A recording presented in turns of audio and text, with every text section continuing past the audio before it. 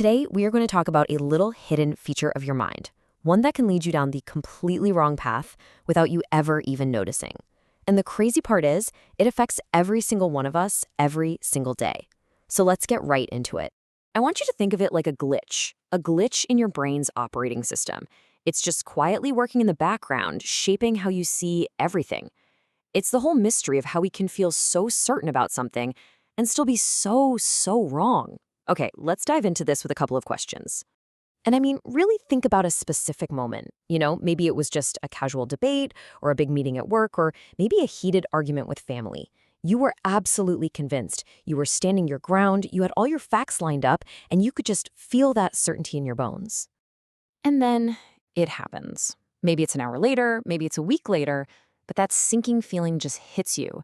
That slow, dawning realization that, oh no, you were the one who had it all wrong.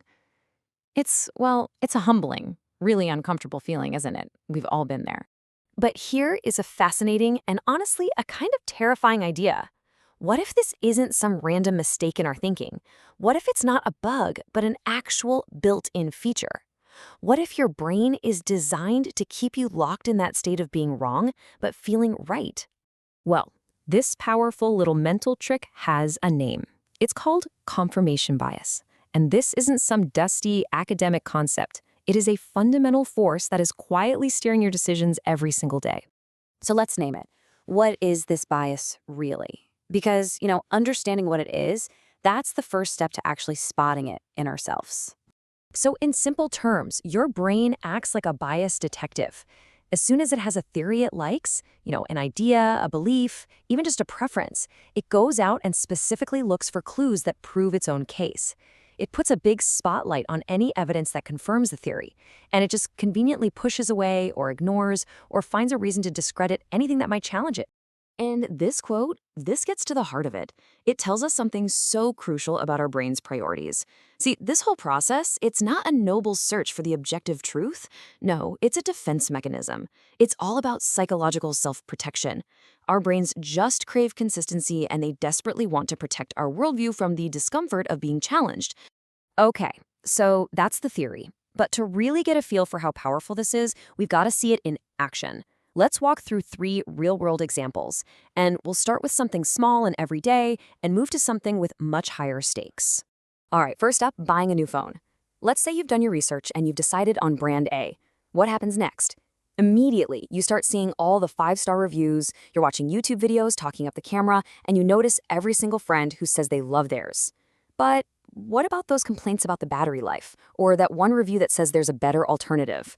You just brush them off, right? You tell yourself, oh, that's probably a rare issue, or it's just user error.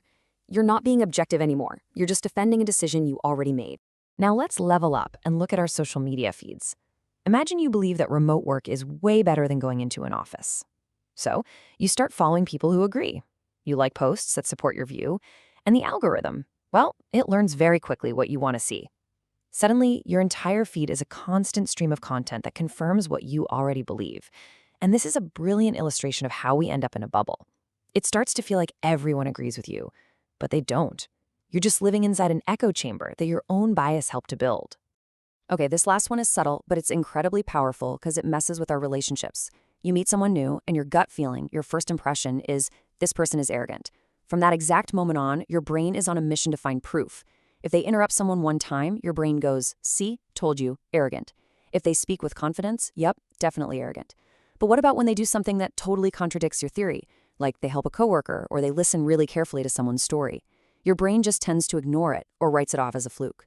So here's the crucial point. You're not evaluating them anymore. You're building a case. So this all sounds pretty counterproductive, right? Especially for a species that prides itself on being logical. So why on earth do our brains work this way? Well, the reason is actually pretty simple, and it has everything to do with comfort. At its absolute core, being wrong is just mentally uncomfortable. It creates this state psychologists call cognitive dissonance.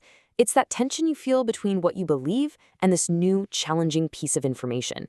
And to get rid of that tension, your brain just takes the easiest path it can find. It avoids the challenging stuff altogether. It's a mental shortcut that's super efficient, but it's also really dangerous because it stops us from learning, from adapting, and from seeing the world as it actually is. Now, it might sound like we're just hardwired for bias and there's nothing we can do. But the great news is we're not helpless. Not at all. Just being aware of this is the first huge step. And the second step is having a tool you can use to fight back.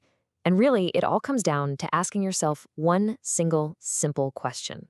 This is it. This is the antidote. The next time you feel that surge of absolute certainty about something, an opinion, a decision, a belief, just pause.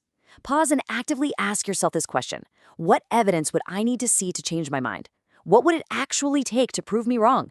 And then, go look for it. Nope, seriously, actively try to find the argument that tears your own down. And this is the last thing I really want to leave you with.